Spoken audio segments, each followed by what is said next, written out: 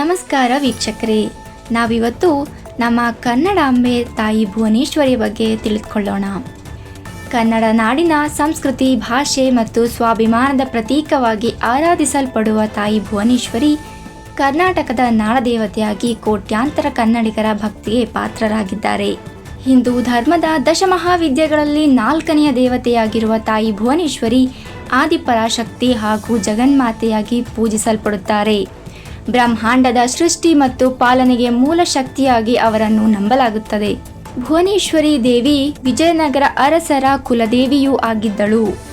ಹಂಪಿಯ ವಿರೂಪಾಕ್ಷ ದೇವಾಲಯದ ಆವರಣದಲ್ಲಿ ವಿಜಯನಗರದ ಅರಸರು ಭುವನೇಶ್ವರಿ ದೇವಿಯನ್ನು ಪ್ರತಿಷ್ಠಾಪಿಸಿ ಆರಾಧಿಸುತ್ತಿದ್ದರು. ಕನ್ನಡ ನಾಡಿನ ಏಕೀಕರಣ ಚಳವಳಿಯ ಸಂದರ್ಭಗಳಲ್ಲಿ ಕನ್ನಡಿಗರಲ್ಲಿ ಭಾಷಾಭಿಮಾನ, ಸಾಂಸ್ಕೃತಿಕ ಐಕ್ಯತೆ ಮತ್ತು ನಾಡಿನ ಮೇಲಿನ ಅಭಿಮಾನವನ್ನು ಬೆಳೆಸುವ ಉದ್ದೇಶದಿಂದ ತಾಯಿ ಭುವನೇಶ್ವರಿಯನ್ನು ಕನ್ನಡಮ್ಮ ಹಾಗೂ ಕರ್ನಾಟಕದ ಮಾತೆಯಾಗಿ ಬಿಂಬಿಸಲಾಯಿತು. ಅಂದಿನಿಂದ ಇಂದಿನವರೆಗೂ ಅವರು ಕನ್ನಡ ನಾಡಿನ ಏಕತೆಯ ಸಂಕೇತವಾಗಿ ಗೌರವಿಸಲ್ಪಡುತ್ತಿದ್ದಾರೆ. ಐತಿಹಾಸಿಕ ಮಹತ್ವ ಹೊಂದಿರುವ ಹಂಪಿಯ ಭುವನೇಶ್ವರಿ ದೇವಾಲಯದ ಜೊತೆಗೆ ಉತ್ತರ ಕನ್ನಡ ಜಿಲ್ಲೆಯ ಸಿದ್ದಾಪುರ ತಾಲೂಕಿನ ಭುವನಗಿರಿಯಲ್ಲಿರುವ ತಾಯಿ ಭುವನೇಶ್ವರಿ ದೇವಾಲಯವು ಸ್ವಯಂಭೂ ಕ್ಷೇತ್ರವೆಂದು ಭಕ್ತರು ನಂಬುತ್ತಾರೆ. ಇಲ್ಲಿ ಪ್ರತಿದಿನ ಕನ್ನಡ ಸುಪ್ರಭಾತ, ಪೂಜೆ ಹಾಗೂ ನೈವೇದ್ಯದ ಮೂಲಕ ಕನ್ನಡಮ್ಮನ ಆರಾಧನೆ ನಡೆಯುವುದು ವಿಶೇಷವಾಗಿದೆ.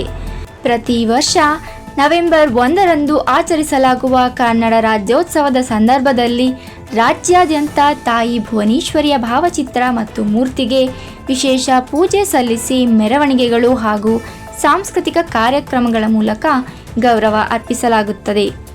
ತಾಯಿ ಭುವನೇಶ್ವರಿ ಕೇವಲ ದೇವತೆಯಲ್ಲ, ಕನ್ನಡ ಭಾಷೆ, ಸಂಸ್ಕೃತಿ, ಸ್ವಾಭಿಮಾನ ಮತ್ತು ನಾಡಿನ ಏಕತೆಯ ಜೀವಂತ ಪ್ರತೀಕವಾಗಿದ್ದು ಪ್ರತಿಯೊಬ್ಬ ಕನ್ನಡಿಗರ ಹೃದಯದಲ್ಲಿ ಶಾಶ್ವತ ಸ್ಥಾನ ಪಡೆದಿದ್ದಾರೆ.